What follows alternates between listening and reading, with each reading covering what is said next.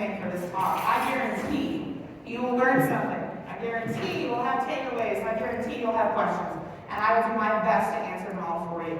It is a lot, but I have faith in you guys, and I know we're going to get through it. And again, I will try to have question time at the end, but I will also be here afterwards, and you can see me, and we can talk, and we can set you up with whatever you need as far as points in the right direction. The biggest thing to take away from this is AI is not going anywhere. And the sooner you start getting involved with it, the less you'll have to catch up on, because it literally changes every day. I gave this presentation last year at the event in Palm Springs. However, it has updated itself every time I've given it now probably about 20-something times, and every time it's different. That's how fast it's moving. I have to look through it all the time. I have to update the slides. I have to go through the tools. I have to go through regulations. I have to make those updates because it's moving that quickly. All right, that's about my background. I'm pretty sure we're good on that, so we can move on. What is AI? Now, we did have a keynote yesterday, and he did a very good job going into the hype, and definitely going into the upper echelon of stuff of how it works. Today, we're going to dial that in. We're going to dial that into what you actually need to know, what you actually need to care about, and what actually affects your business. And so, we're going to build upon what his first presentation was and just dial it right into it, okay? So AI in general is not new. As he said, it has been around a long time. It's just something now it's more available. It's more publicly used. There's now, with the release of ChatGPT, it really did change the way businesses and companies run. But we've always been using a form of artificial intelligence. What we're actually talking about now is large language models and GPTs. So, for instance, GPTs is a generative pre-trained transformer. So you hear ChatGPT, it is just a model, a large language model that is trained in to be specific on something that you're looking for. So, for instance, a lot of the stuff that you hear on the news, DeepSeek, Grok, ChatGPT, all these things from, they're all large language models. Okay? They are a text to response tool that allows you to make a prompt to get an answer. AI at its finest is the ability to mine millions and billions of pieces of data instantly. And the next thing I need you to remember is it's all synthetic. Alright? So of course you are taking existing intellectual property that it is finding all over the internet, and it is stitching it together to create something synthetic to create the best possible answer. Can we call that so far? Alright. Now, artificial general intelligence. This is the scary stuff. This gets into what we're talking about like, iRobot, Terminator, and everything. That's what we're talking about in movies. We're talking about being able to do theory of mind. What theory of mind is getting into the empathy mode, right? So where I'm able to have a response based on an emotion. Right now, we don't have that with AI. Now, don't get me wrong. I'm more than certain that we're living in the movies these days, and that there's a dark, secret government lab somewhere that has their hand in this somewhere. So, again, we never know.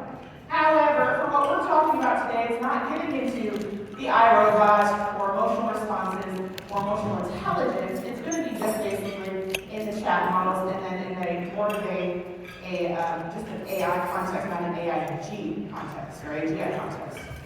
So we don't have to worry about the Terminator quite yet, but anything's possible.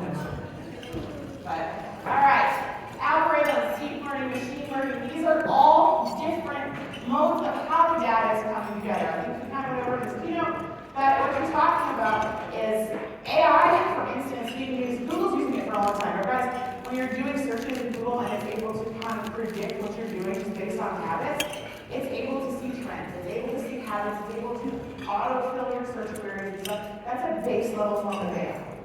Okay? So that's getting into machine learning. Algorithms, you guys are familiar with those. Anybody who's had to mess with SEO understands algorithms. Holy cow, and those change all the time.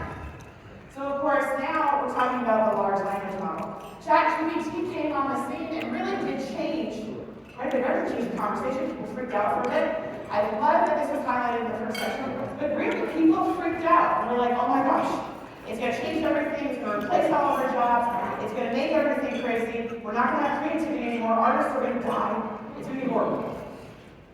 None of that really happened. We calmed down after about 2 weeks. Everything's still here. Because, of course, as we highlighted in the first session, there's a lot of flaws with that, too. Because human intelligence still outweighs artificial intelligence. And a lot of that does have to do with emotional responses and context. And so, again, it is one of those things that when you look at something, make sure you realize that it's not as scary as we're talking about, and that you are the key factor to anything you're creating in AI. Okay. Advantages. It's pretty obvious. You guys already know the advantages of your business. It's going to be time, it's going to be efficiency, automated customer follow-up. It's filling in the blanks for all the different processes in your mind. Anything that you do 3 to 5 times today in your business can be automated. Okay? That's a big deal. There are a lot of different touch points that you have in even your customer journey, in your processes and procedures in your business, in your SOPs. All of this stuff can be automated. And we're going to talk about automations. That's a whole other section, but we're going to talk about it. I'm not going to walk in front of the projector. But as a general rule, when everybody kind of gets into the hype of, oh my gosh, you're using AI in your business, or you're doing this, or you're doing this, we're going to work on today giving you some of the places to start to figure out what that looks like for your business. We're also going to give you some pathways and some tools and some companies that do that for you. I think like that one. All right.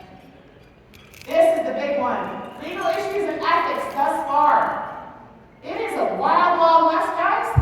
Did you know that the U.S. actually does not have any comprehensive federal legislation right now for AI? Europe does. We're still figuring that out. Now, there's an executive order under the Biden administration for, of course, things like ethical use. Of course, Taylor Swift lied a little bit. That happened. A little bit of stuff going on. But it's nothing. There's no active regulations, okay? Additionally, we are resting on the laurels of our existing legislation and legal cases on copyright. Okay? That's what I need to understand. There is existing copyright laws that AI is being held against that so far is holding up in a court of law, and we have better pray that stays that way. Make sense? There will be regulations. But think of this as the race to the moon. Because our government can't help itself. I don't care what side of the aisle you're on. Regulations would mean that we might have to dial back what we could do to what we should do. Because we're in a race against China when it comes to technology, especially driving AI. And for our government to put a chokehold on the businesses like OpenAI and other ones in the US would probably limit the reach that they were able to take it. Now, of course, this gets into the Jurassic Park thing, just because you can, doesn't mean you should, all of that type of stuff, of course. But again, just think of this is the big stick of the conversation on the main stage. This is what you need to be aware of. I think we will get regulations. Do I think they're going to happen right now? I think the administration is going to give companies like OpenAI and Amazon and other companies that are developing their tools a lot more space and freedom just so that they can keep up in the arms race that is AI right now. Make sense? Still a little scary for our country, we'll see. Things that are actually a big deal that you need to consider: opacity, bias, discrimination, autonomy. Guys, when we start using tools like this, every tool that we have, every chat, every thing that you're using for an AI tool, it still has a master, right? It still has somebody who created the GPT and set the original foundation of it. So that dictates the lens in which your information is being translated. So of course things like bias, of course things like sources, attribution. Google, when they released Gemini, they had Bard first, it went to Gemini. And Google originally had a DEI spin on their Gemini bot. That didn't go so well. DEI, this way or that way, you're still taking something and putting it where it honestly doesn't belong when you're talking about facts. And now you're filtering all the information through that lens. So of course the bot is going to twist everything to fit that mold. Now, as soon as that happens, people lose trust in using that tool, right? Google has nothing as a business if it does not have trust. Because it thrives on the fact that you use Google every day.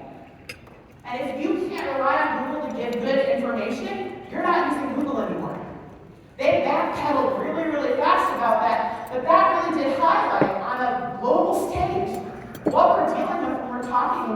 our trust into these tools and expecting them to have unbiased information.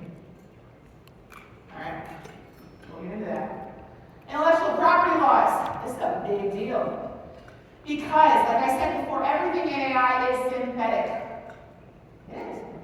Guys, we are working off of existing intellectual property that's already out there. And then the bot is literally scanning through billions of different pieces of it and stitching it together to give you the answer for what you're looking for. I gave this example last time, but it's still true. Somebody uploaded incomplete works of Stephen King into the chatbot, all of them. The bot read through every single one of the works. They had to go through all the works and write a novel based on those works. It did it in 20 minutes. Like 500 pages or something like that. It was good. Whose is it? Is it the prompter? Chatbot? We can thank our lucky stars that today our court system says it's Stephen King's. Because it's based off of his intellectual property, his character arcs, his prose, all of his different plots. And at this point in time, the source material is sourced from him. Same thing with when you're using stuff with AI in general. Attribution is becoming a huge deal, especially in the batch you're using. You'll see it more and more where people will attribute what articles they're sourcing, what's the source material. Because it is a big deal to think if we open it up to where the actual creator no longer gets credit, we're going to lose our creators. Right? There's not going to be any individuality at that point. Now, I do think AI is amazing for enhancing what you're doing, but it's based on what you're already doing and enhancing it. Filling the blanks, filling the gaps, not replacing what you're doing. All right. Attribution is a big deal. So we kind of get into this as a level 2. I have it up the next slide. I'm just saying. But basically, what you're talking about with your business is you're talking about having policies about that too. It's a big deal to have a policy about AI in your business, in your company, the way you handle it. I never thought we had to have a work from home policy. Here we are. So again, talking about the importance of attribution and what you expect out of your employees when they use AI. I promise you it's something you're going to need. So in online access, we have 2 policies. We have an outward-facing policy for our customers, and we have an internal policy for our staff. So the internal policy for our staff says that if you're using AI, you're expected to review your work and disclose when you're using AI and use it to enhance what you're doing, not replace what you're doing. Okay? And of course, the outward policy for our customers is online access strives to create, content, marketing strategies, all that kind of stuff. We use AI to enhance what we do, not replace what we do. This is key terminology here. And the coolest thing is you can actually use AI to write this policy, which we like. So then you can edit it. But make sure that's a big part of what your takeaway is here. You're going to have that so you have at least an understanding of policy in your company and what your expectations are. Okay? So, AI-generated content ethics. The bigger thing is involving human users. Using any bit of yourself is a big deal. Colleges are going nuts. You guys have already heard this, where people writing term papers now, they have bots that will tell you whether it's AI. Then they have bots that will also make it look like you're not an AI, but you are an AI. And then they have bots that will detect the bots that make it look like you're not an AI, but you're using AI. I'm not kidding. It's nuts. Because, of course, now you're an entire generation that's like, well, why do I have to sit here and actually have all of this stuff on my desk and start writing drafts and writing over and over again in 15 pages and then do a bibliography and oh my gosh, and you've done for me. We're losing your original thought in that, though. Now, is it easy to use as a research tool? Absolutely. Being able to find stuff, being able to get stuff. But, of course, getting into some of the stuff we talked about yesterday, everything that even college students don't know about this that they've been caught doing is the fact that AI isn't completely foolproof. Hallucinations are real. And actually, some of the stuff that they cite, or examples of cases, or examples of actual happenings, aren't real sometimes. And then you have to fact check what you're doing. So the involvement of human users in anything AI generates for you is crucial. Which is why, of course, a lot of businesses are paying through the nose. Like a lot of airlines right now that are using AI to handle customer complaints or flight changes and everything like that, they're paying for it because it's making more mistakes by not having the ability to discern or have context in a situation than it is helping in some cases. Google uses AI to go to Google Business Profile. Have you ever been flagged for their profile but taken down? Got a soft ban or anything like that? That's a nightmare. Talk to me about a contractor in July that has their Google Business Profile down because an AI bot flagged it because it had a comment in the wrong place in the street logos. Yeah. This is the kind of stuff that gets into trouble. So again, another case like this is lawyers in Georgia had put together a case document for the judge for this case. They had cited 3 different examples of other cases that they were using the basis on, only to find out that the judge actually found out that the cases weren't even real cases. That was a $15,000 fine. Because they weren't doing their due diligence, they were relying on AI. They didn't actually do any type of work to check if it was real. The AI was just trying to provide examples. If they did meta queries and they're talking about things like, give me examples of cases, well, it's going to make cases up. All right. Privacy matters. This is a big one. Guys, remember how we talked about, how AI mines through billions of data bits instantly? Anybody think of things like the make and model of your first car, street you grew up on, high school mascot, maiden name? Any of this sound discoverable? It's a big deal. These are security questions. And of course, now anything you put out on the internet is discoverable. Celebrities have the worst. I understand Taylor Swift cried. She kind of had a right to. There's more and more stuff of her out there with her voice, her video, her likeness, that it is so easy to create deep fakes of her because there's so much source material. You understand that? That's nuts. We put pictures of our kids up on the internet. We have recordings and videos and voices. And anything, I'll show you later in the presentation, can be stitched together to create fakes of that. I gave this story before, I did it every time. I was in Italy 2 years ago. Our employee at the time, we got her Facebook hacked. My mom, my dad, my husband, we all received a video of her asking for money and help wearing our uniform in a video that had been reanimated of her voice, everything. There was a video call through Messenger. I was freaking out. I called her cell phone, she was freaking out because she couldn't access her Facebook. People were messaging her because people were sending money to a Venmo account that she didn't know. She had to recover her account through a third-party background examiner. She had a dual-step authorization for her Yahoo account, so she's able to kick the person out of the account before. Over $2,000 was collected on a Venmo account for this third-party person. And they used her likeness and her voice and existing clips and audio to recreate a video of her asking for money. It is nuts. Have a conversation with your family.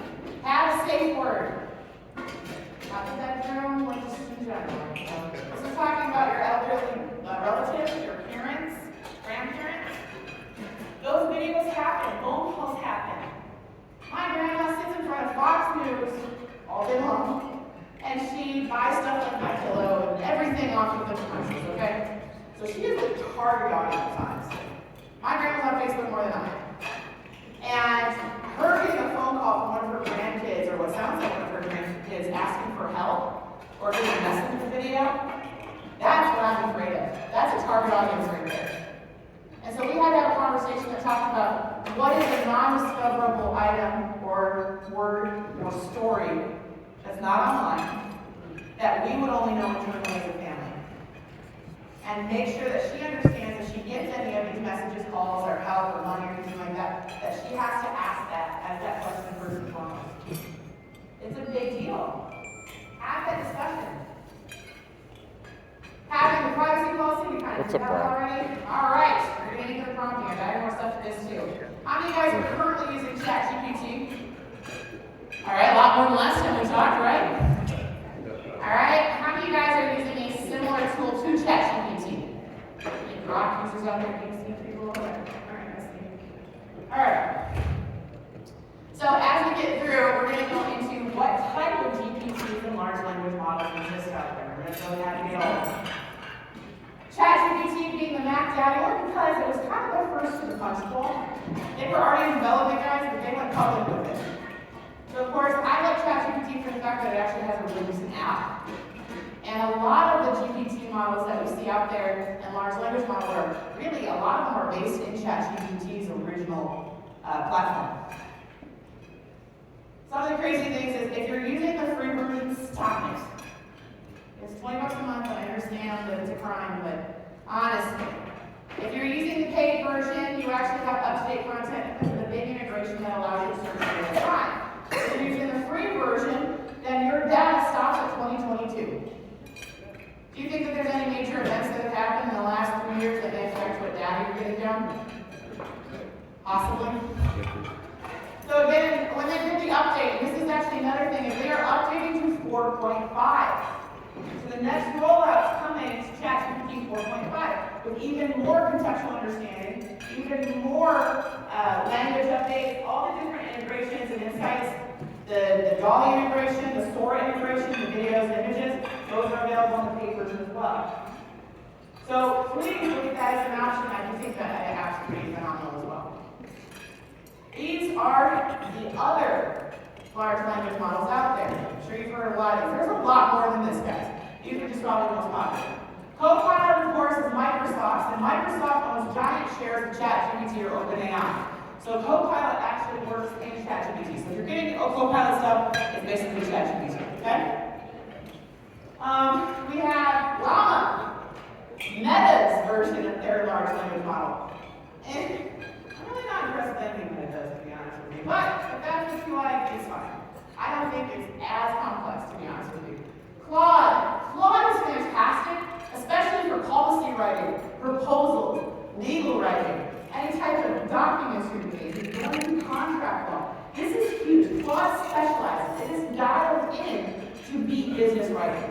Okay? So if that's what you're going to be doing with your business, it's a fantastic tool to start there because it saves you on lots of pre-prompting. It specializes in this, so it's going to give better answers than ChatGPT off the get-go. Okay? Getting into Gemini, of course, which is Google's, we already talked about some of their issues. But you'll see that Gemini rolled out, and it automatically also gives you the synopsis and search now when you're searching in Google. It'll have a little box at the top. So Gemini is being used actively in active search now, pretty much anytime you're doing any kind of Google searching.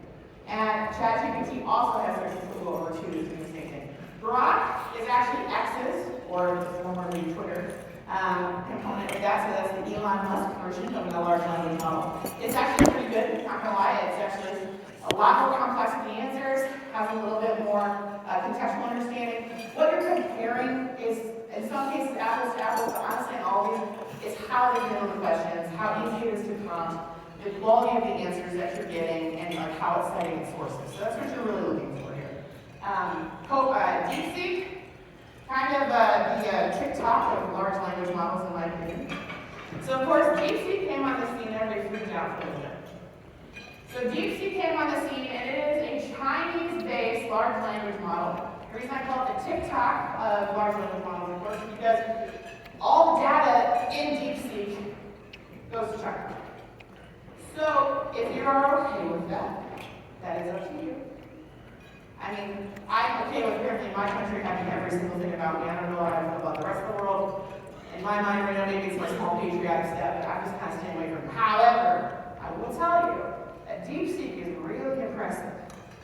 It came out and it was actually much better than ChatGPT, which of course set ChatGPT on fire to release ChatGPT 4.5 and push the envelope a little more. Remember I talked about the arms race? This is an example of what we're talking about. DeepSeek's answers were a little bit more thorough. There was a lot more context. The ability to provide graphs and charts and documents and really get into the details. So there was a lot more to it. I personally don't use DeepSeek. I have seen it in play. I have played around with it before. But again, with all the battles and fronts that I have in my life and where my data is going, it's just one more thing. So, the other big thing out here is going to be Magi. So Magi is a collection of all of them. Magi has access to all of these. There's DeepSeek, there's Grok. Magi has access to all of these. You guys will have access to the entire presentation, I promise. So Magi has access access to all of these, meaning that you can choose which one you want to search with. You can imagine at $20 a month, you have a dashboard, it pre-prompts for you, it saves all of your stuff. It's like a Google Sheet for chatting, okay?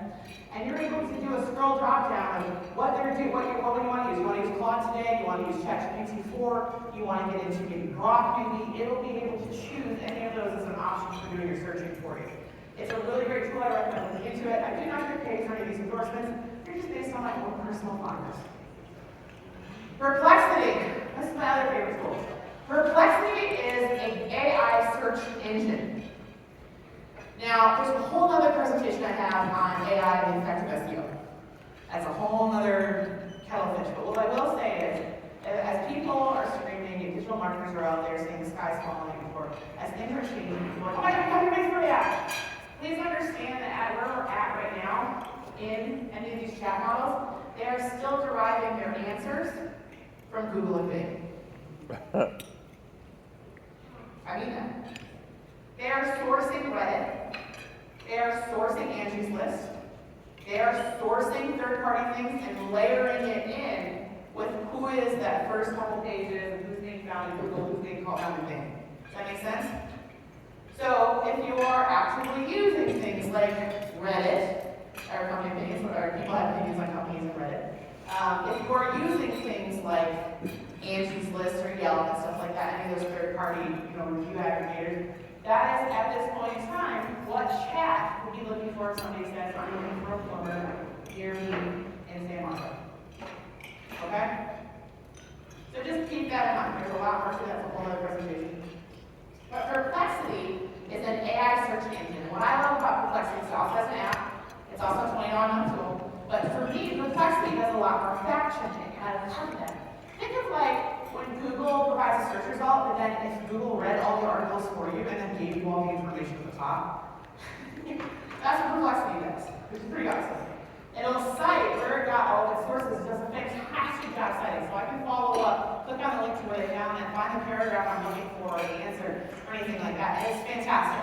I use it to double check what we're doing in ChatGPT. For instance, Haley and I had built out a presentation for Latin America at Hardy. So Hardy Latin America, we do a lot of work in Mexico and help a lot of contractors in Mexico grow their business. Now, unfortunately, here in the States, we have access to a lot more tools that contractors in Mexico have access to. We have access to things like Colleen and Bertha and all these different things, right? So like, Mexican contractors don't have those options because those tools are not available in Mexico. So of course, when I'm doing a presentation, I have to double check everything I'm talking about to make sure it's even accessible. So then I have to go through my presentation. I ask for specific examples of review management tools, marketing tools, CRM tools that are available in Mexico for Mexican HVAC contractors and small businesses. And I ask it what it brings up. ChatGPT brings up 6 options. And I'm like, I look at them, I'm like, I don't really feel like these are available in Mexico. I have nothing on them, right? Remember, human involvement.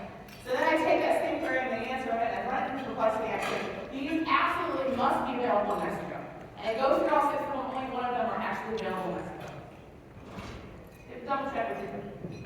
And then of course we give you the articles and the site and I can go on their websites and see what they say with their policies and everything.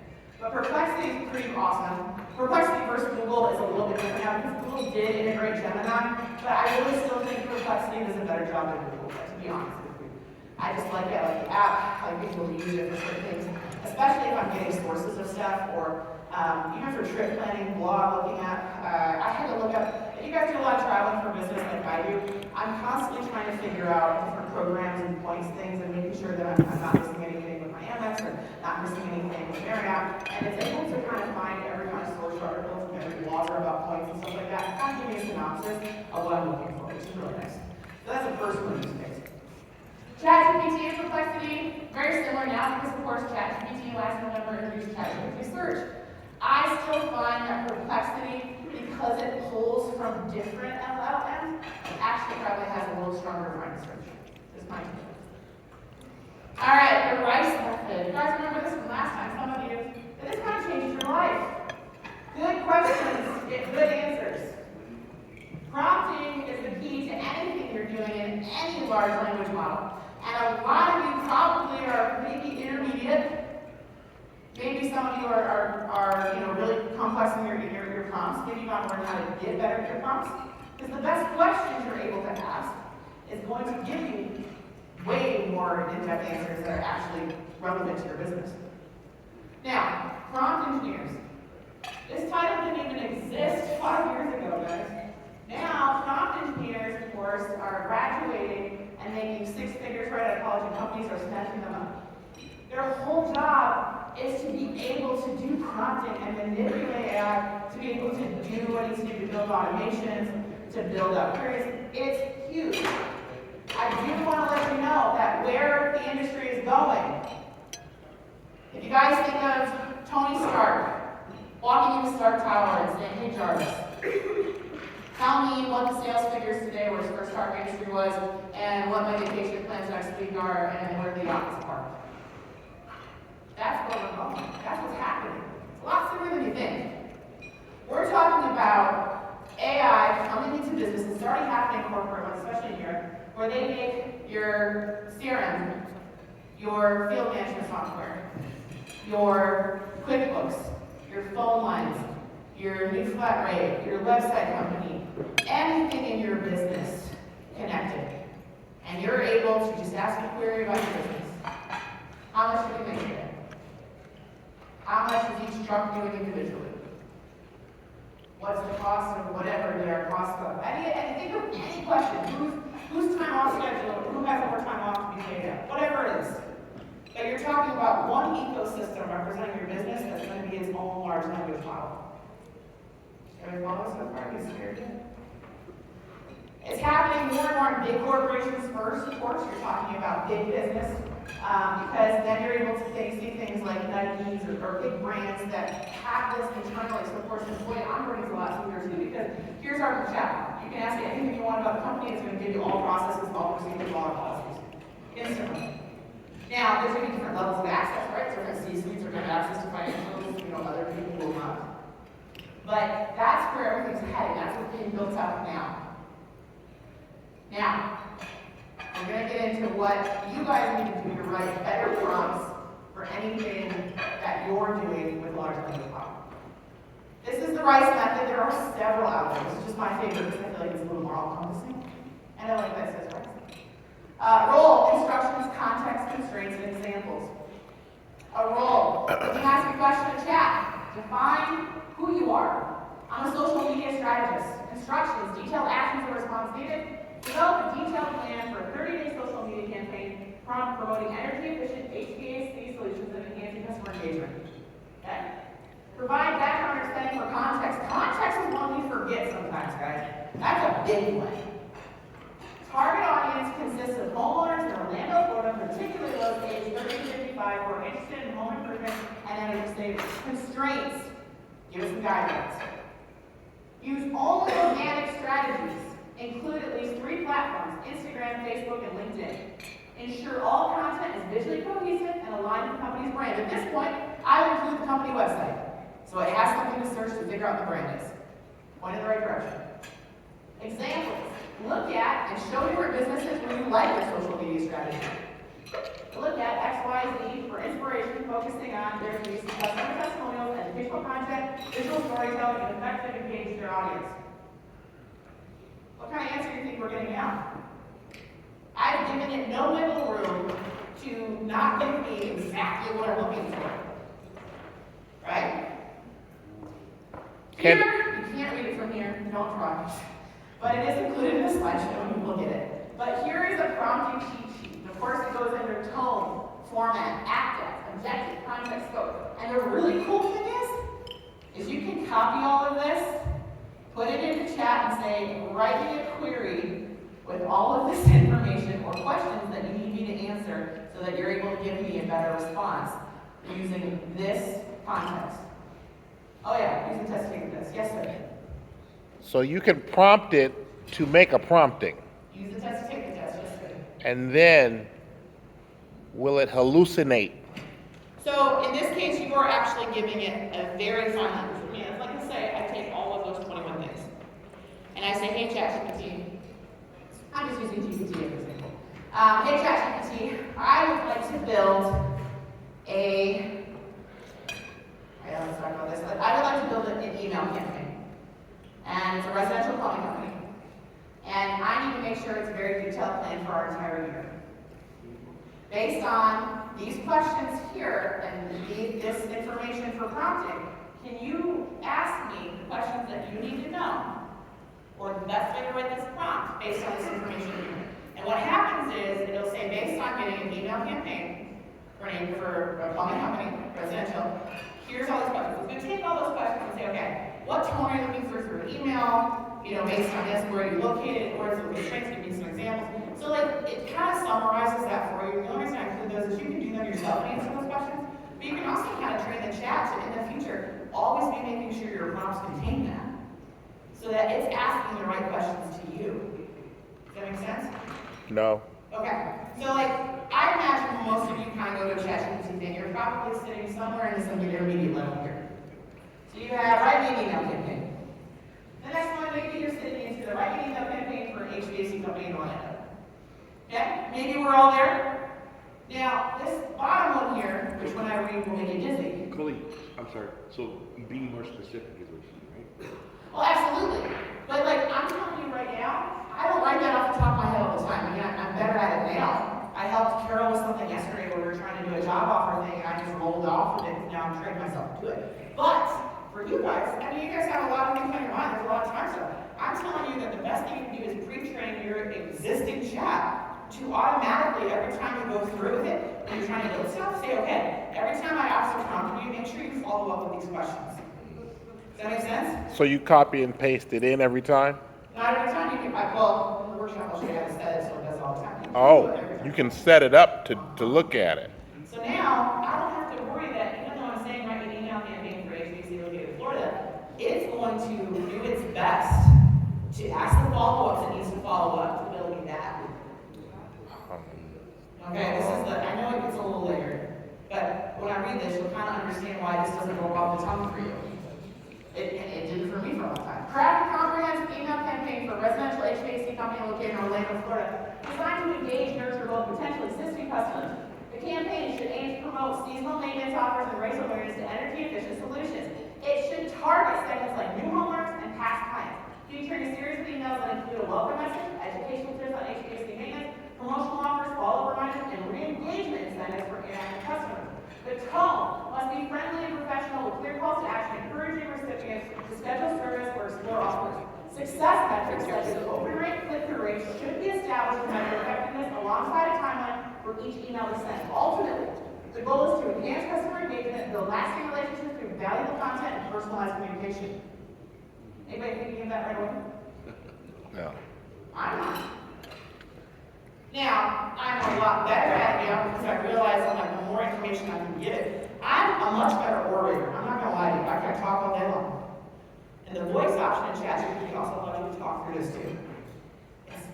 Once you build that and you give it the thing, can you actually have it build the landing page for the thing to come back to?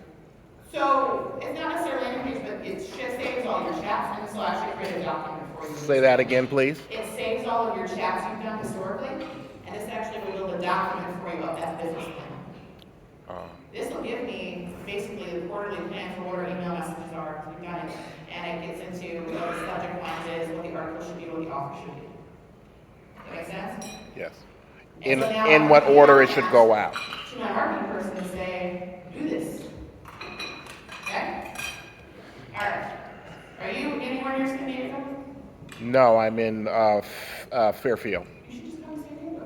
Is that what I need to do?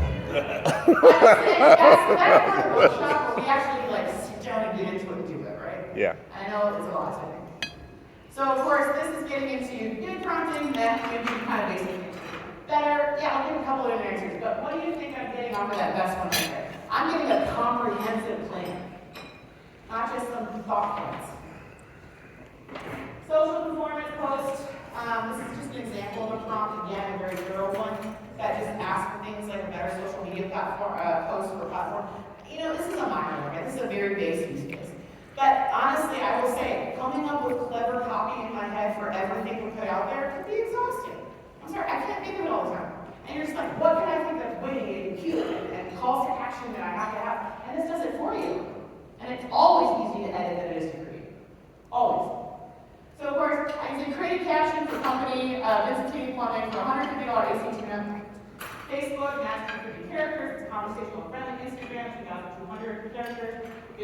they're doing creative captions. X, maximum 280 is short, punchy, attention grabbing. LinkedIn, 1,300 characters is professional, it's informative. These are all the tones of these different platforms. And now I want to construct this for me. Now I can set this up, so of course this prompt can do this for me weekly. And build different ones, and I can say, based on, here's our offers that we're doing, here's our website. Everything you feed it, guys, remember the source material is the key thing. I want it to look at what other companies are doing, sure. But I want it to customize to mine. So if I give it that platform of this is what I'm looking for, here's our company, here's our branding, here's our target goal. But look at other existing successful companies and kind of see if we can mimic some of that, right? All right. Best things you can use ChatGPT for besides clever and witty social media content is going to be your SOPs. I talked about this last time. Your standard operating procedures. How many of you guys have every bit of your business completely mapped out in standard operating procedures? I mean, read it. I'm just kidding, but no. It sucks. Unless you're the person that actually enjoys writing car manuals. There are people out there that do that. I'm not one of them. But the thing is you cannot scale your business without these being written down. Your call answering scripts, your truck inventory list, anything for your time off schedule, how your policy for time, all of this stuff is essential because as you grow, you're going to need something you can point to say, this is how we do it. This is how everybody does it. You know what? They're already out there. This is the crazy thing, is you can use a tool like this to write this for you. You say, hey, I'm an HVAC or I'm a plumbing company, and I'm looking for a comprehensive time off policy based on a 410 work schedule with full-time employees at 40 hours a week, whatever that looks like, right? And it's able to give you examples of really good existing ones that you look at and you're like, oh, I don't like that, or oh, I do like that. It's huge. A call answering script, that's huge. That's another one. Yes? Yeah, that's all your manual. Even if you uploaded your existing manual that you do have, and said, what am I missing? Yeah, what am I missing? Ask me some questions about things I don't cover. Based on the fact that I'm in the state of California, and there's probably things I need to cover in here that I need to cover my butt legally, or I need to cover my butt HR wise. Make sense? I mean, like, it's pretty cool. It's going to look that through. It's going to make suggestions. I use it for contract law stuff all the time. I usually use law, yeah. All right. Now the basics. Alright guys, this one is a teaser because I am not going to go into full automations today. I will tell you places to start. I'm going to skip through a lot of these slides rather quickly. This is the teaser in the fact that we're going to be going over automations in San Diego because it is the deep level stuff. When people talk to you and say, what are you doing for AI in your business, they're talking automations. Okay? We're talking things like answering your Google reviews at a very base level, automatically doing your social posting, doing your customer follow-ups and text messages, automatically doing an inventory list for everything you're buying and restocking trucks. Okay? These are some use cases. Email responses. Think of, in automations, the best way I can describe it, think of your perfect customer journey, start to finish. Map that out, right? So, from receiving a postcard in the mail, to scheduling with your office, to the communication before the plumber gets to their house, to what the plumber sells or what service they buy, to the transaction at the end based on what they opted to do or their financing or whatever it was, to how do you follow up with them afterwards and when's the next time you're going to see them. Now, in HVAC, we do like maintenance plans and all sorts of stuff too. So of course, that's another key factor is like, what am I doing to make sure that they have a touch point in my maintenance plan? Or they're buying my maintenance plan. So think of the perfect customer journey and what all those holes and gaps look like for automated communication. Now, automation is not necessarily all that. What you're using AI for in automation is to fill in the gaps, to put the context and the words into some of these processes. You're using tools like Zapier, you're using webhooks, or developing an API to trigger actions between softwares in your business. Okay, we're gonna get really high. I'm gonna try to boil it down really low. So please don't be afraid to ask, I'll do my best. But what it is you look at all the different softwares you use, whether it's ServiceTitan or whether it's Chirp or QuickBooks or whatever. And think if you were able to trigger events between the two every time a customer, like you booked a call, right? And then it automatically sends it, or automatically manuals, or automatically do the customer follow-up. And then AI, once that's triggered, that the customer scheduled an appointment, automatically writes out the welcome message text that goes out and automatically goes out through Chirp, okay? Or whatever it is you're using. You guys following so far? So AI is the one filling the gaps. So has anybody ever used Zapier in here? So Zapier is a pretty awesome tool that creates bridges between software. So it's the best way I can describe it, those apps. They're the trigger point. They're the, hey, this action was just, this account was just created in QuickBooks, okay? Well, what happens after that? This invoice was just sent. What happens after that? Like, what else can we do? Like, you know, what are the triggers? This appointment was just booked. What triggers after this appointment was booked? And so a Zap integration, or Zapier, are what those trigger points are. Now, this is one of other tools, because of course we also have webhooks and APIs. Webhooks are other tools that you can use to connect process, and APIs, you actually get a custom integration. A lot of software out there have custom APIs that you can write into. You're talking about at this point, you're getting into a little bit of development, or you're writing an actual code bridge between stuff. And you guys still have to run a plumbing heat pump, just so you know. So as this is done, you have different tools that you build these bridges. I'm going to give examples of some of these processes. So for instance, beginner level, we're talking about an applicant tracking system. You're using Google Forms, Google Sheets, and Zapier. I have the applicant fill out a form on Google. The form automatically writes to a Google Sheet. Zapier triggers that action, and maybe I have another action that automatically gets a follow-up from ChatGPT saying thank you for replying. This is just the basic one. You like the advanced one. I think I played one of the slides. Here's the advanced one. So now we're using all of these tools in my applicant process. Okay? And the applicant process at this point is they fill out a Zoho Recruit or Indeed. You can use Indeed. Okay? And at that point, I have a make an account and ChatGPT Zapier here. But now I have it go through the applicants that I have. So now I have a database of everybody who's filled out that form. And maybe I tell the prompt for GPT, I say, anybody that applies must have a driver's license. Must be able to have a criminal record or pass a drug test. Like, what are your must-haves? Really simple stuff, right? Must live within the area, or whatever, must have this many years of experience. And that way it automatically weeds out everybody you're not going to look at. And only brings to the top the ones you are going to look at. So it makes the table it's all going to be in. And then, based on that criteria you give it, you can have it automatically schedule that first interview. And remember, ChatGPT is the one filling in all the correspondence and communication with the applicants. And then sending a calendar link to book and schedule the interview for you and setting it up on your calendar. Are we kind of following along here? Okay. Whew. I don't know if I killed all the automations in this. I didn't shoot. All right. This is not going to be what we're talking about today. This is the deep one. So just so you know, this is the preview of what San Diego is going to be like. New Google review, AI social post for the Google reviews. If you get a Google review 5-star and you want to post on your social media, there is an automation for that. All right, new form submission, create a customer in whatever tool you're using, CRM tool. It's all in here. AI-powered automated Google form response. So if you have a Google form for things like inquiries or maybe whatever you're using, it's going to give you an automated response.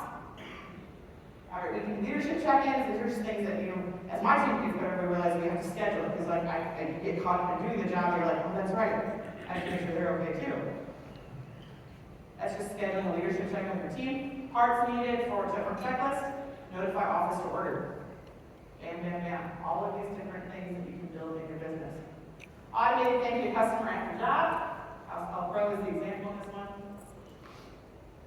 Beginner level automation, invoice receipts, new customer welcome emails, appointment reminders, tax, post scheduling, QuickBooks, new projects, all that kind of stuff. That's some beginner level examples of what those automations are. Expert level automations, we're diving a little deeper. Just so you know, the big things that are happening right now as we speak that manufacturers and distributors are already working on is getting into automated things like inventory, of course, naturally. That seems to be the one that everybody seems to try to get right. It just seems to always be a frustration point. Because, of course, in your business, you have capital and you have inventory, and you can't spend inventory, unfortunately. But, So inventory management is a big thing that AI is being a component of. Of course, it's about going through your season when you're going to need stuff based on demand, based on what's going on. And additionally, pricing. Guys, how many times have we gone through a season and had high demand and you're like, shoot, I should have raised my costs on that? Or how many times has a distributor come down with a new price increase for X, Y, Z and you didn't reflect it in your actual pricing? Automated pricing and on-demand pricing are coming. It's going to be based on algorithms like, guess what? It's the middle of July. Our demand is high. We're going to need to increase our prices because that's the only way we're going to be able to meet everybody's needs. We're not going to do it. And of course, now I get into maybe my client distributor gave me a price increase and I forgot to make sure I was covering my margins and my pricing. It's automatically going to be able to do that.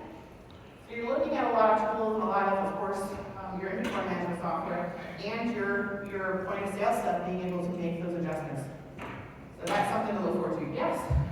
So you're saying that AI now can do web scraping, where it can understand what my prices I'm paying are? So you're a little bit broader than that. So with AI right now, your manufacturer is going to provide that data. They don't. Okay, well, they are. That's what they're building right now. So we're talking about like. Oh, what they're building. Yeah. Not that Of it's course, here. you need to scrape that data though too. I'm not gonna lie. Like there's ways, there's databases of what pricing is. You imagine the distributors have this, guys. They know what the price is in your area. They have all the pricing data between all the different distributors, the independents and the directs. And of course, now you also have a whole history of seasons of the last easily 30, 40 years of weather patterns, demand, supply, all that kind of stuff. And of course, price increases based on in function of demand. You're talking about weather and demand. You're talking about all the different companies in the area, who's paying what price. I mean, that stuff's pretty accessible. All AI is doing is making it all married together and then giving that data point in order to make a decision. Okay? It kind of makes sense? It's happening. That's what manufacturers and distributors are doing now. Did they care, they want, of course, make sure you're covering the margins because, of course, every time they do a price increase and you cry a little, it's because we're not always covering our margins, though, too. It takes us a whole bunch of work to go through and be like, okay, we're repricing everything. All of our install packages are going up by 10%, or now we have costs on this. And so being able to automate that to influx with season and to influx with like you can just be able to say here's the demand coming, or your distributor can say, hey, price increase here, and that's going to automatically correct that. Okay. I'm with you. Okay. Make sure. Nobody left behind. All right, here's the good news. You guys do not have to be AI experts. I actually partner with this group. I don't know if you guys know Church Bishop and Josh Crouch, but they are the trade automation pros, guys. They are fantastic. If you're looking for speakers for other conferences, I highly recommend them. They are awesome. So both of them, they're like the Zap wizards. So I may seem super intelligent to you right now, but they are way more. When it comes to actually building some of this stuff out, that's what they do. And their whole gig is that they do this for businesses. They'll come to your business, you say, I want this process, and they'll say, absolutely, let's do it. Here's what you need to do. And then it's more of a set and forget it. Because of course, I just know this from experience. You guys have businesses you're running, you don't want to become AI experts overnight here. You're going to have to hire some college kid to do it for you. Maybe somebody in your office that's going to be able to take that and run with it. Their group, of course, put together this massive spreadsheet. I shared this last time and it keeps growing. But the spreadsheet gives you an example of 75 different automations and videos on how to get them all tools you. So very similar to the slides I just showed you. That's also available. But yes, there are companies out there that will help you build out your business, analyze your business, look what you're doing. And both Josh and Church have owned or worked in their own HVAC and plumbing companies. So they get it. They only do home services. Will you be sending out, do you have a packet for us for this? This is amazing material. I have my business card, and basically if you write that, we will include the spreadsheet and the slideshow. And an invite to Steve Day on the 8th. You're allowed to be back in the workshop. Richard? Interesting question. With all this great software AI, if you're gonna drive both drive or like Sure. like an e-commerce business for you, Okay. how effective that really look like content from? Are you talking about writing a price book? You're talking about like writing a price book? Like an e-commerce business. Oh, okay. Or maybe a book, how effective the AI,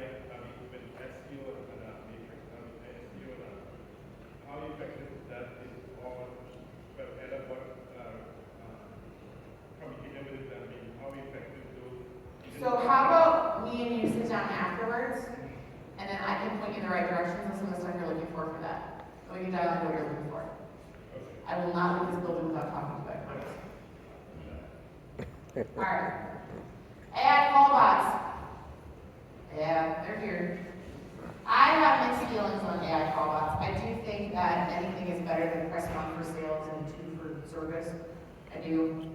However, I think we've kind of shot ourselves in the foot the same way because now it is a rule that you have to disclose that you're talking to an AI bot, and immediately our human brains are like, I'm going to be disappointed they suck. When I'm going to tell you, they've gotten so good that a lot of times if they didn't tell you what they had bot, you wouldn't have known. Now, that doesn't mean they don't make mistakes. But there's actually more good use cases than bad. The bad use cases you hear is somebody who knows they're dealing with AI and just assumes it's a dead end. That makes sense? So, the benefits of AI callbot, of course, is availability, scalability. When we're talking about callbots in your business, we're talking about supplemental. I don't think we're at the level yet, and maybe because you're a customer, to replace dispatchers. And honestly, I don't want to replace dispatchers. You guys are kind of the heart and soul of your business, let's be honest. Just like you only make money when your technician or plumbers are in front of equipment or on a job, you only make money when your CSRs honestly are calling with a customer. However, your CSRs also do things like, well, I don't know, guard you from all the spammers that want to talk to you, and all those evil vendors out there. And then, of course, they also have spam calls and sales, and then they get into, of course, like, maybe billing. So, of course, how can you optimize what your dispatchers are doing to make sure that they spend the majority of their time on customer calls? And so by looking at something like an AI callbot where you're able to be supplemental with it, you're talking about somebody that's able to be your receptionist, for instance. Hey, I'm Daisy with Armstrong Plumbing, and I hope you're having a wonderful day. How can I direct your call? And so then they say, hey Daisy, I'm looking to book an appointment. Absolutely, it'll be great. We're going to send you right over. Is that hard? That's easily a $50,000 a year person that you're paying to do that, to be a receptionist. Right? So of course, how can I use that to be like, it's much better than saying, hey, welcome to Armstrong Plumbing. Please press 1 for Spanish, 2 for English, 3 for sales, whatever. And now you just have something with a person because you're training it on your core values, your business, you having that bright, friendly personality, and it's able to direct calls. But it's also playing gatekeeper.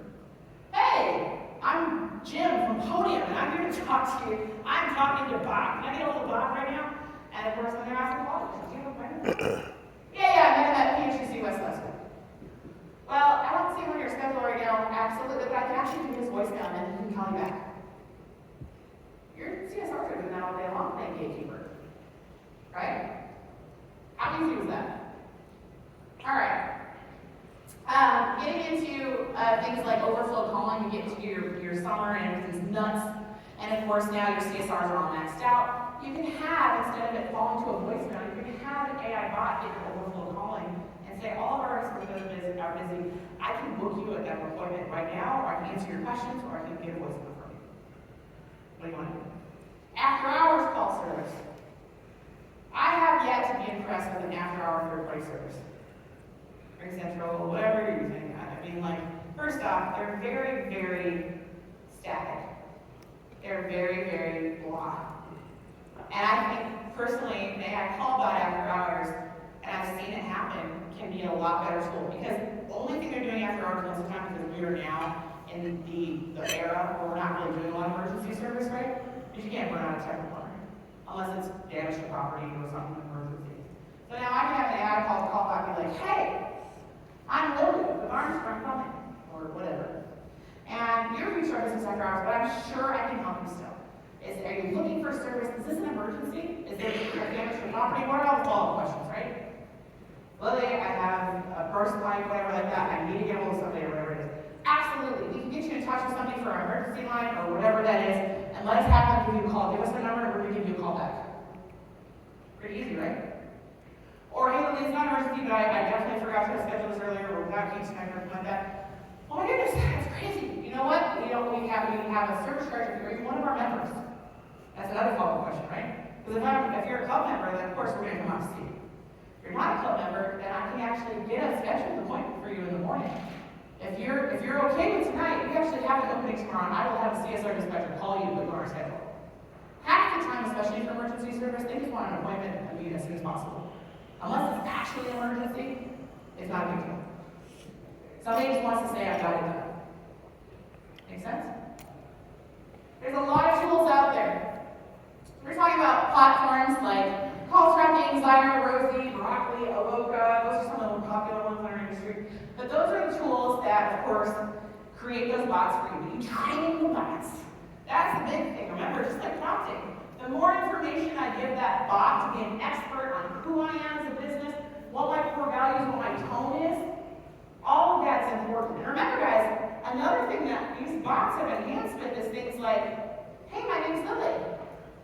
And I'm here to serve you for answering phone. Okay, well, Lily, I need to have an appointment sometime this week. Do you have any openings? Let me check for you. Absolutely. That sounds like horrible or whatever you want to say, but it's the pauses, it's the it's the ahs, and the only reason they're adding them is because it makes us as humans feel more comfortable in conversation. There's a difference too.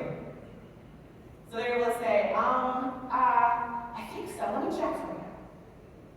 It's a little bit one of those things that makes us feel comfortable when we're talking to them, and they sound like real humans. Now, the more you train them, the better they'll be. And the cool thing is, if I go to ChatGPT and say, hey chat, I'm training an AI callbot for my business. You know where we're going with this. Please give me everything I need to train this callbot on and what questions I should answer to make sure it knows everything about my business.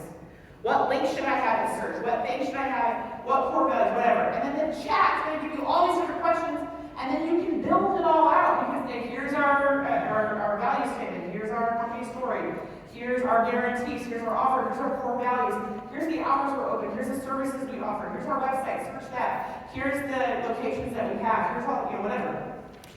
And now it is an expert in your business. And of course, it bases all of the responses based on that. How am I doing on time with you? I'm so sorry. I have 5 minutes left? Oh. Sorry, guys. Call analysis, you're looking at things like phone tap or LACE, but they're actually able to analyze all of your calls in real time. I know you've seen call analysis before, but now you're talking about every call that your office gets. And it's not just giving you a report at the end of the week or the end of the day, it's saying in real time. If one of your CSRs, God forbid, messed up, really pissed off a customer, it's able to flag that immediately and say, this was a lost opportunity, you need to be able to rescue it, whatever that is, we missed a lead, whatever it was, and it's able to analyze that and give you a text message, or even like an email to say, hey, we can rescue this. Pretty crazy. Now, this is the last part, this is the candy section, this is the one that has all the tools and stuff. And we have run out of time. Really fast.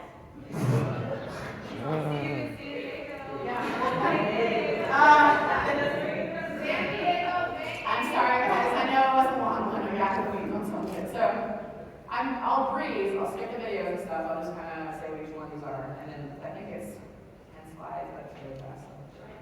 All right, Dolly. I have to get started about Dolly. So, Dolly, of course, is the integration with ChatGPT for images. Remember, I have a family plumbing heating business. I got fired from my family's plumbing heating business. And I still work for a family on the marketing side of the marketing company. I never thought I'd be an HVAC or plumbing. I thought it was dumb, and here I am. But I fell in love with it since then, don't worry.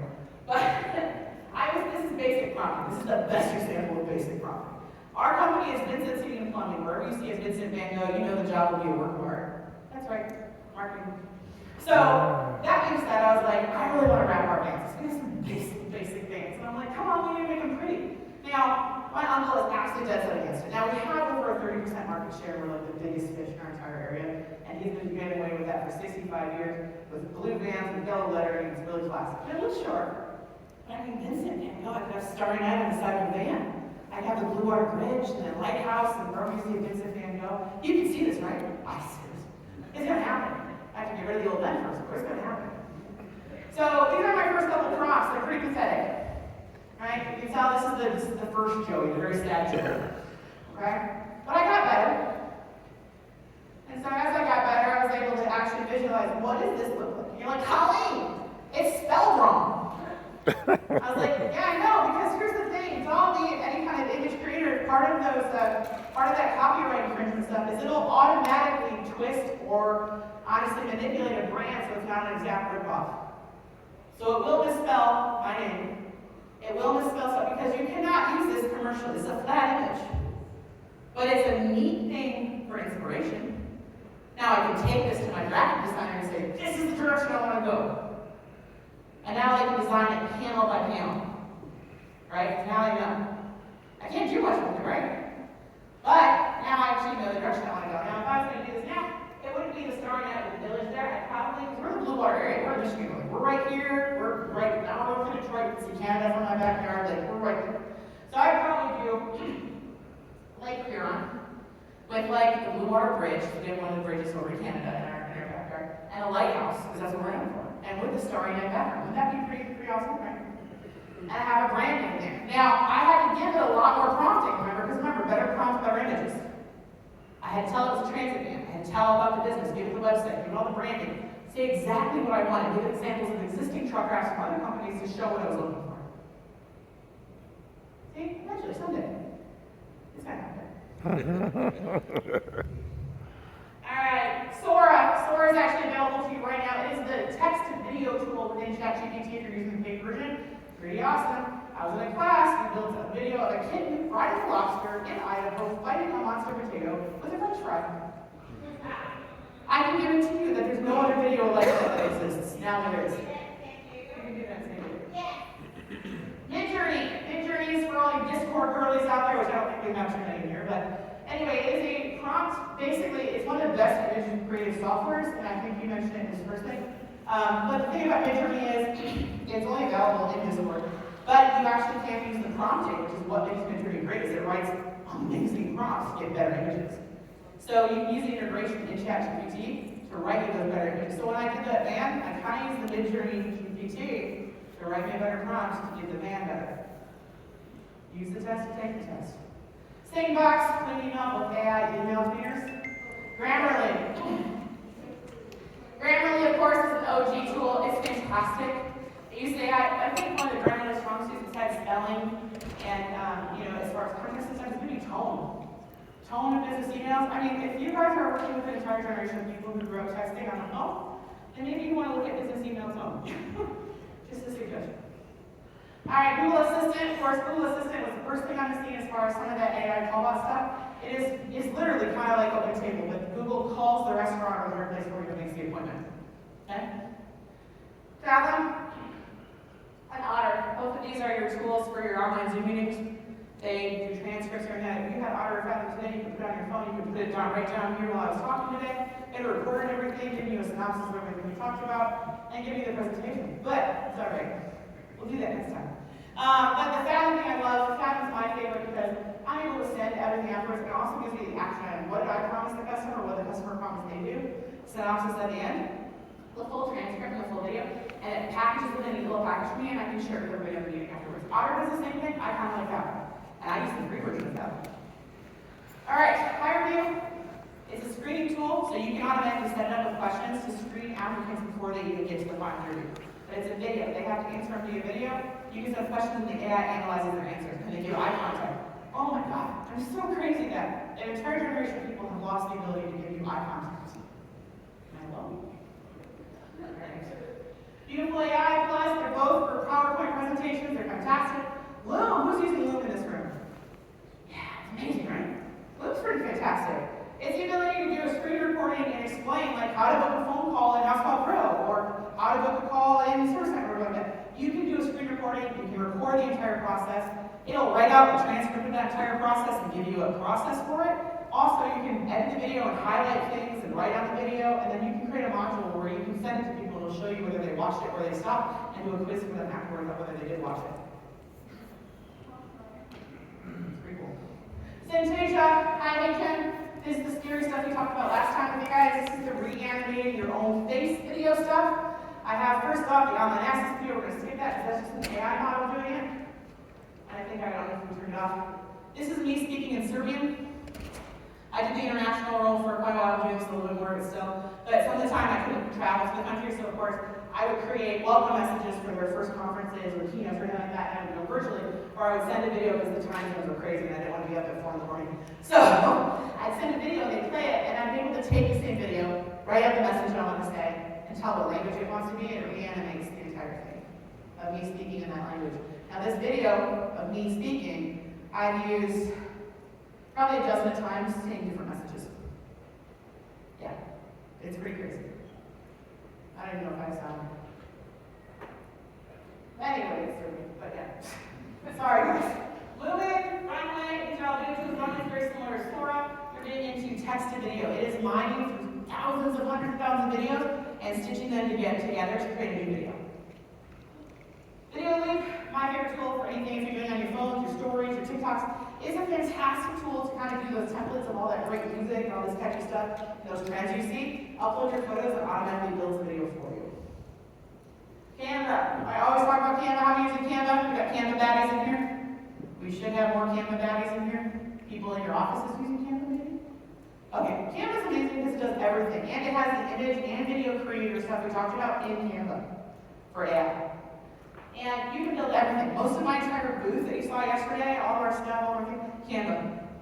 Social media has an app. I have done posting for businesses that I run from my phone, from a boat in St. Lucia, through Canva. Okay? It is amazing. And I don't have to be a creative genius to use it because it automatically has stuff. It's so great for your brand because you plug your brand in. It'll create stuff for you. You can even have ChatGPT set up a CSV that you upload to Canva that'll automatically do all your posting and create it in Canva for you. Woo! And video editor, manual, and done. Udemy, Coursera, OpenAI, Zapier Learning, these are all resources. If you're talking about these are tools that you can use to learn some of this stuff, Udemy is one of our favorite tools to use. Coursera is another one. OpenAI and Zapier are places you can learn more about those products. There we go.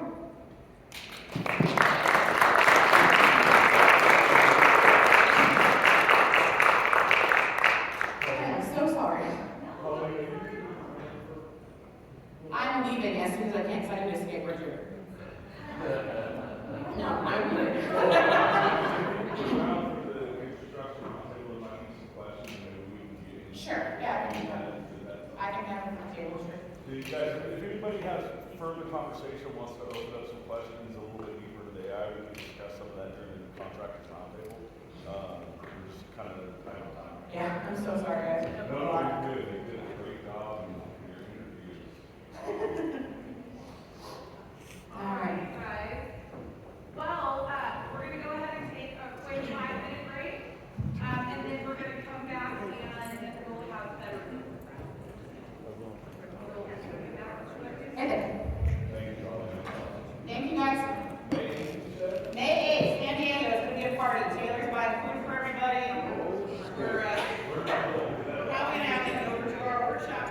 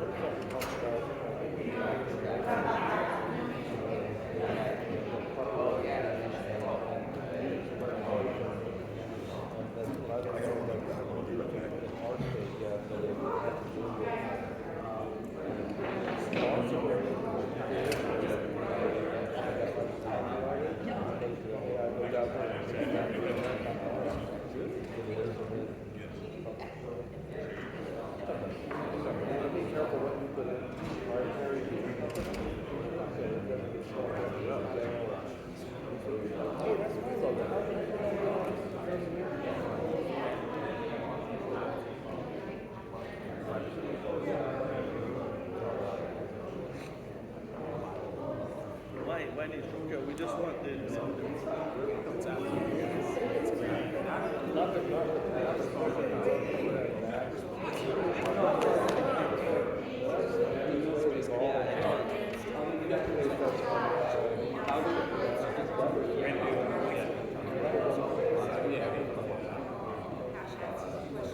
the models work and how they logic. That makes no sense.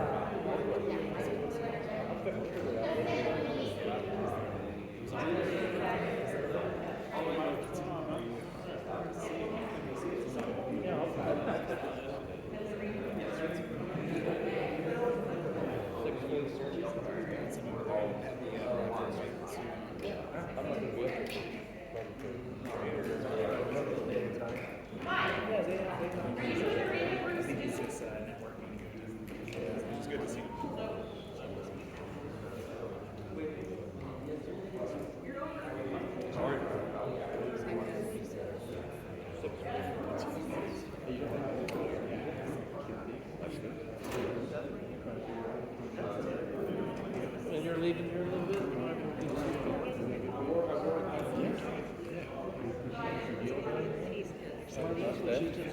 Yeah, let's go. You gonna stay next to that? Test.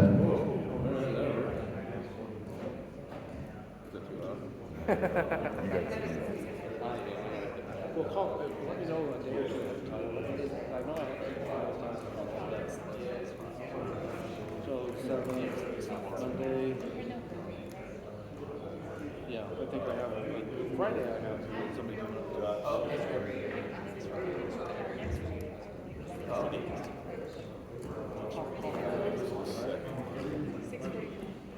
Recap.